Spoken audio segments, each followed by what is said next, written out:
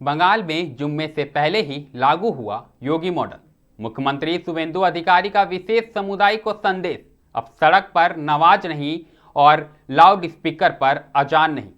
4 मई को बंगाल के नतीजे आए तो यह साबित कर दिया कि बंगाल में अब भगवा नजर आएगा और शायद इसलिए शपथ ग्रहण समारोह में भी भगवाधारी होकर पहुंचे थे शुभेंदु अधिकारी। नमस्कार, मैं हूं अनुपम कुमार और आप देख रहे हैं मिरर मीडिया। सीएम बनते ही शुभेंदु अधिकारी एक्शन मोड में नजर आ रहे, लेकिन सबसे दिलचस्प बात शपथ ग्रहण समारोह में उस वक्त देखने को मिली थी जब योगी आदित्यनाथ ने भगवा गमछा शुभेंदु अधिकारी को उपहार के तौर पर दिया था। यह सिर्फ एक उपहार नहीं बल्कि एक संकेत था कि बंगाल में भी अब इसी तरीके से काम करना होगा जिस तरीके से उत्तर प्रदेश में चल रहा है। और देखिए, अब शुभेंदु अधिकारी ने उसी तर्ज पर काम करना शुरू भी कर दिया है। तो क्या हम यह मान लें कि बंगाल में भी उत्तर प्रदेश की तर्ज पर काम होना शुरू हो गया है? ऐसे में सीएम शुभेंदु अधिकारी जो फैसले ले रहे हैं और उनकी तुलना सीधे उत्तर प्रदेश की योगी सरकार से की जा रही है। बंगाल में लागू हुआ योगी मॉडल।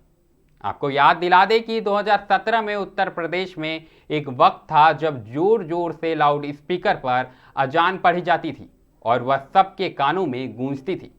फैसला यह लिया गया कि मंदिर हो या मस्जिद, अंदर ही आवाज रहनी चाहिए, लाउड स्पीकर की मदद से आवाज बाहर नहीं आनी चाहिए। ठीक इसी तर्ज पर अब बंगाल में भी देखने को मिल रहा है, जब बंगाल में मुख्यमंत्री शुभेंदु अधिकारी भी तमाम ये बड़े फैसले ले रहे हैं। अब उनकी असली परीक्षा शुरू होगी, क्योंकि जुम्मा आने वाला है और फ्राइडे की नमाज को सड़कों पर पढ़ना बंगाल के मुसलमानों के लिए एक आदत सी बनी हुई है। अब शुभेंदु अधिकारी का आदेश है कि नमाज सड़कों पर कोई नहीं पढ़ेगा, नमाज मस्जिद के अंदर पढ़ी जाएगी और किसी भी तरह की कोई दिक्कत नहीं होनी चाहिए। ऐसे में साफ तौर पर कहीं ना कहीं ये परीक्षा वाला दिन होने वाला है। आपको बता दें कि लाउड स्पीकर चाहे मंदिर में हो या फिर मस्जिद में लगे हो, उन सब की जांच की जाएगी। हो सकता है कल को आदेश आ जाए कि इन सबको उतार दीजिए, लेकिन इतना फरमान जरूरी था।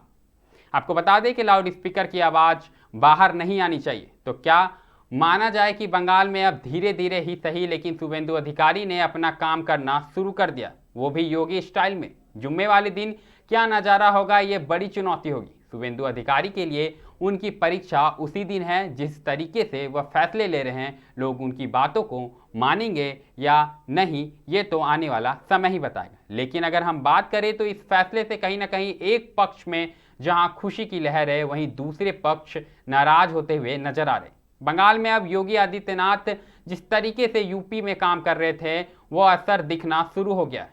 भगवा का असर दिखना शुरू हो गया है। वे तस्वीरें आपको याद होंगी, हिंदुओं ने जय श्री राम का उद्घोष करते हुए कैसे फाल्ता विधानसभा सीट पर रीपोलिंग करवा दी थी। वहीं आसनसोल की बात करें तो यहां पर जिस मंदिर के कपाट को 15 सालों से नहीं खोला गया था, उस कपाट को कहीं ना कहीं चुनाव जीतने के साथ ही खोल दिया गया। लेकिन कहीं ना कहीं इन सब बातों को लेकर अब चर्चाएं तेज हो गई है। हमें चुनावी प्रचार भी देखना होगा और चुनावी जीत भी देखना होगा, जब शुभेंदु अधिकारी के जीत पर कहीं ना कहीं भाजपा के प्रचंड बहुमत पर लोगों ने बुलडोजर पर चढ़कर जश्न मनाया था और साफ तौर पर एक ही नारा गूंजता नजर आ रहा था बंगाल में कि अब बुलडोजर एक्शन वाले दिन आ गए, बहुत हुए मनमानी, अब कार्रवाई वाले दिन आ गए। तो क्या अब चर्चाएं तेज हो गई हैं कि शुभेंदु अधिकारी जिस तरीके से बड़े फैसले ले रहे हैं और जिस तरीके से योगी आदित्यनाथ ने शपथ ग्रहण समारोह में उन्हें भगवा गमछा पहनाया था, तो क्या ये एक संदेश था कि अब बंगाल में भी योगी मॉडल लागू कर दिया जाए? और ये तस्वीरें अब धीरे धीरे उसी ओर बढ़ती हुई नजर आ रही है। अब देखने वाली बात होगी कि शुभेंदु अधिकारी क्या कुछ और बड़े फैसले लेते हैं, घुसपैठियों से संबंधित फैसले हो या फिर तमाम फैसले हो, क्या कुछ फैसले लेते हैं और आने वाले दिनों में बंगाल का मॉडल जो होता है वो किस मॉडल पर नजर आने वाला है। फिलहाल इस खबर में इतना ही। ऐसी तमाम बड़ी खबरों से हम आपको अवगत कराते रहेंगे। बने रहें मिरर मीडिया के साथ।